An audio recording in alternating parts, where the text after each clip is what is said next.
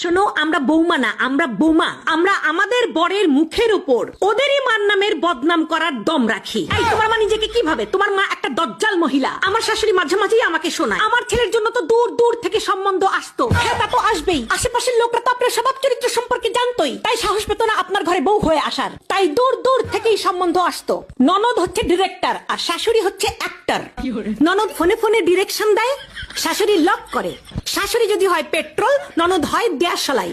তবে ঢোল তবলাবাদক স্বামী হয়। যার কথাই শুনবেন ফাঁসবেন তো ওই মালটাই। প্রত্যেকটা শাশুড়ি বলবে, ওম্মা এটাও শিখে আসো নাই, ওম্মা তোমার মা এটাও শেখায় নাই। শোনেন, ওটা আমার বাপের বাড়ি, কোনো স্কুল না। আবার শিখে ফেলে দিলে এটাও বলবে, আমরা তো এরকম করি না, আমাদের তো এরকম হয় না, এটা রান্না হয়েছে, এই ছিরি এটাও পারো না।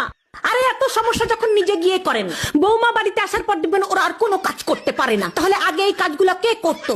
আমি বুঝি না, উনি শাশুড়ি নাকি স্কুলের প্রিন্সিপাল? সবসময় পারমিশন নিতে হবে। May I go to market, may I go to বাপের বাড়ি, ডাব্বে মে ডাব্বা, ডাব্বে মে আলু। সব শাশুড়ি গুলাই হয় এক নম্বরের চালু। এরা সবাই ধোয়া তুলসী পাতা, শুধু আমি বিছুটি পাতা। তাই আমাকে দেখলেই ওদের খালি চুলকায়। আমি তো বাড়ির বউ, আমি খাবার কেন হজম করব? আমি তো শাশুড়ির তেরা কথা হজম করব। আমার শাশুড়ির চোখের প্রবলেম আছে, আমার ভালো দেখতেই পারে না।